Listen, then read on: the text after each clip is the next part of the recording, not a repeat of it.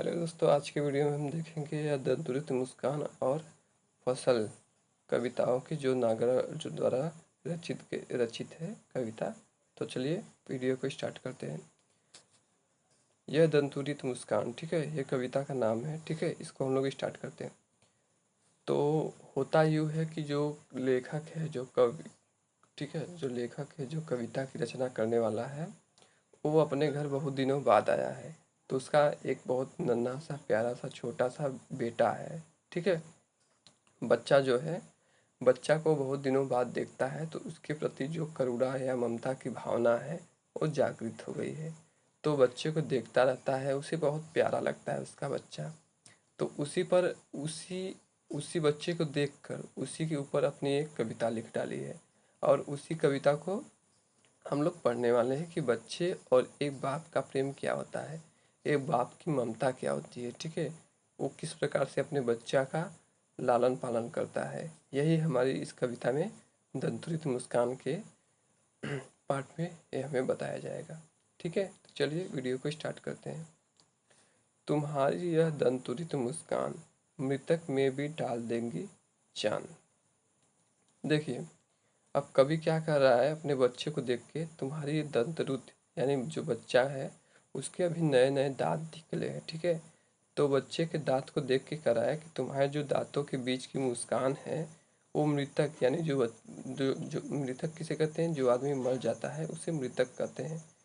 तो मरे हुए आदमी के अंदर भी तुम्हारी मतलब ये तुम्हारे दांतों की मुस्कान को देखकर उसके अंदर पुनः पुनः जीवन आ जाएगा। ऐसी तुम्हारी इतनी मनमोहक तुम्हारी मुस्कान है। धूली धूसर तुम्हारे ये गात, छोड़कर झोपड़ी मेरी झोप छोड़कर तालाब मेरी झोपड़ी में खिल रहे जलजात। अब जलजात का मतलब होता है कमल, ठीक है, कमल का फूल, ठीक है। जलजात का अर्थ क्या होता है, कमल का फूल। कहता है जिस प्रकार से कमल क्या होता है, तालाब में खिलता है, ठीक है, उसी प्रकार से तुम्हारा जो धूली धूसर धूल में सने हुए तुम्हारा जो शरीर है, ऐसा लग रहा है कि जैसे कमल तालाब में खिलता है, उसी प्रकार से तुम्हारा शरीर धूल धूसर में मतलब धूल मिट्टी में रहने के बावजूद मेरी झोपड़ी में जो लग रहा है कि कमल खिला है, ठीक है। यानी तुम मेरी झोपड़ी के क्या हो, मेरे घर के क्या हो, कमल के समान हो, ठीक है। एक कवि कह रहा है अपने बच्चे से, ठीक है।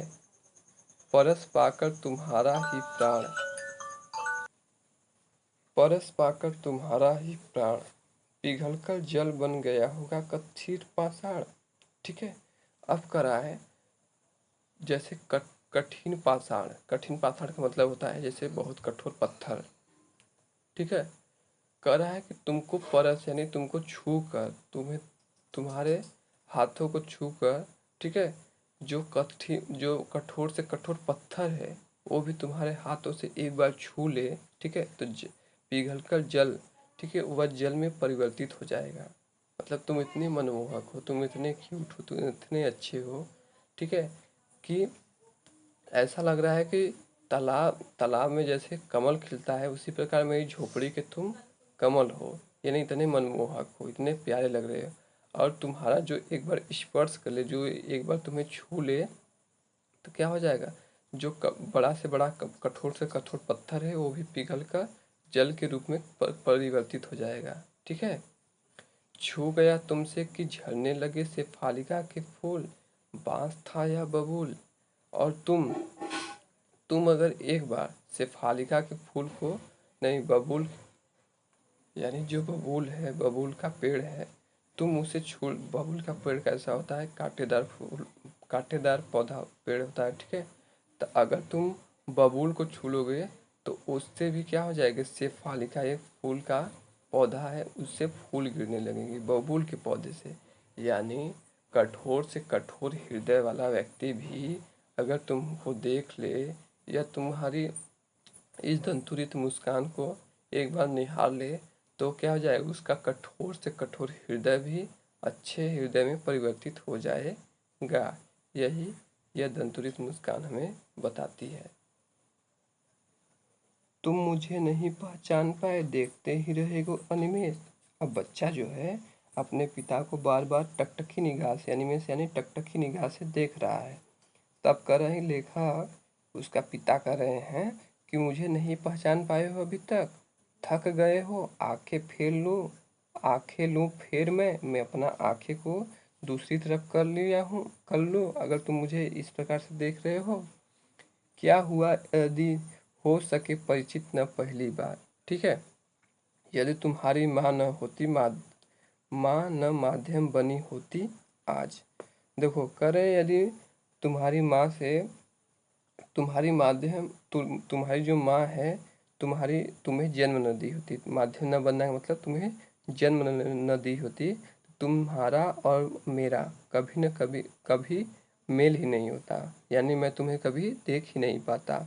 मैं न सकता देख, मैं न पाता जान, और न मैं तुम्हें कभी देख सकता, न कभी तुम्हें जान पाता कि तुम कैसे हो, ठीक है। तुम्हारी यह दंतृत मुस्कान मुझे बहुत ही प्यारी लग रही है, ठीक है। यह तुम्हारी दंतृत मुस्कान मुझे क्या कर रही है, बहुत ही प्यारी लग रही है। धन्य तुम, माँ भी तुम्हारी धन्य, चीर प्रवासी मैं इतर मैं अन्य। अब कह रहा है लेखक कि तुम बहुत ही भाग्यवान हो, ठीक है, और तुम्हारी माँ तो उससे भी ज़्यादा भाग्यवान है कि तुम्हें जन्म दिया, ठीक है। चीर प्रवासी मैं इतर मैं अन्य, मैं तो बहुत ही मतलब लेखक दूर काम करता है, ठीक है। तो कह रहा है मैं चीर प्रवासी हूँ, मैं तो कभी कभी मतलब मैं चीर प्रवासी का मतलब है विदेशों में रहने वाला, ठीक है। लेखक कह रहा है मैं तो विदेश में रहता हूँ, ठीक है। मैं तुम्हें इतना मतलब तुम्हारा लालन पालन नहीं कर पाता, तुम्हारी माँ ही तुम्हारा देखभाल करती है। इस अतिथि से प्रिय तुम्हारा क्या रहा संपर्क, उंगलियां माँ को कराती है मधुपर्क, ठीक है।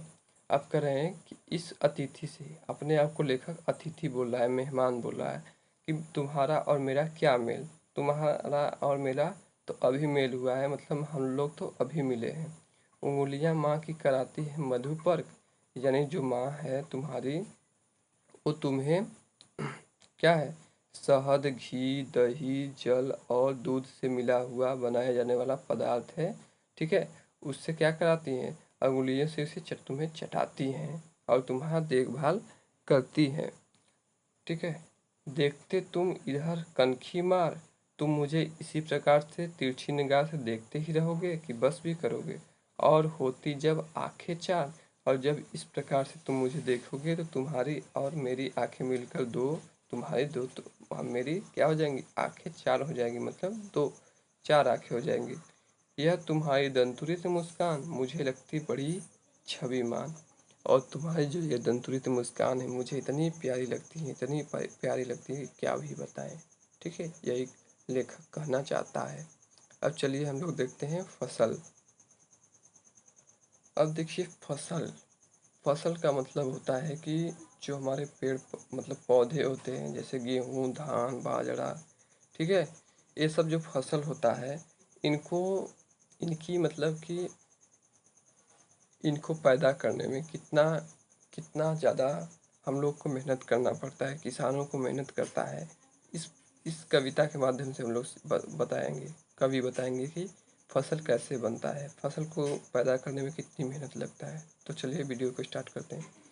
एक के नहीं दो के नहीं ढेर सारी फसलों के पानी का जादू, ठीक है। लेखक क्या कर रहे हैं कि एक के नहीं दो के नहीं ढेर सारी नदियों के पानी का जादू, कि ढेर सारी जब नदियाँ का पानी, ठीक है, सारे सब खेतों में जाते हैं, तब जाकर कहीं फसल तैयार होता है, ठीक है। एक के नहीं दो के नहीं लाख लाख कोटि कोटि हाथों के स्पर्श की महिमा, ठीक है। अब लेखक कह रहा है कि एक के नहीं दो के नहीं लाख लाख कोटि कोटि, लाख लाख का मतलब लाखों लाखों, कोटि कोटि का मतलब करोड़ों करोड़ों, ठीक है, हाथ मिलकर, ठीक है। हाथों के स्पर्श का मतलब है कि हाथ से जो है फसल को बोया जाता है, सींचा जाता है, ठीक है, उनको पानी दिया जाता है, तब जाकर फसल तैयार होती है। एक की नहीं दो की नहीं हजार हजार खेतों की मिट्टी का गुणधन। अब कर रहे हैं कि एक नहीं दो नहीं बहुत हजारों हजारों खेतों का जब मिट्टी मिलकर फसलों को उगाई जाती है, तब जाके कहीं फसल तैयार होती है। अब यहाँ क्या रहा है, फसल क्या है, ठीक है, फसल क्या है, और तो कुछ नहीं है वह, ठीक है, नदियों के पानी का जादू है वह। जब नदियाँ का पानी फसलों में, हमारे खेतों में आता है, तब जाके हमारी फसल क्या होती है, तैयार होती है। हाथों के स्पर्श की महिमा है। और जब हम अपने हाथों से जो फसल है उसे तैयार करते हैं, यानी उसकी रोपाई, सिंचाई, ठीक है, और उसे काटते हैं, तब जाके तैयार होती है। यानी हाथों के स्पर्श, यानी हाथों से ही सब काम करते हैं। भूरी काली संदली मिट्टी का गुणधर्म है। जैसे कई प्रकार की मिट्टी होती है, ठीक है, भूरी होती है, काली होती है, संदली मिट्टी, ये सब होती हैं, और अलग अलग मिट्टी में अलग अलग फसलें तैयार होती हैं। रूपांतरण है सूरज की किरणों का, सिमटा हुआ संकोच है हवा की थिरकन का। जब सूरज की किरण पड़ती है फसलों पर, तब जाके फसल तैयार होती है। सिमटा हुआ संकोच है हवा की थिरकन का। और इस प्रकार से, और हवा की थिरकन है ये, जब हवा और सूर्य मिलकर एक दूसरे से फसल को तैयार करते हैं। कैसे तैयार करते हैं, जैसे अगर सूर्य की प्रकाश जो होता है वो अपना प्रकाश न दे तो फसल तैयार नहीं हो पाएगी। और इसी प्रकार हवा का भी बहुत ही बड़ा योगदान होता है।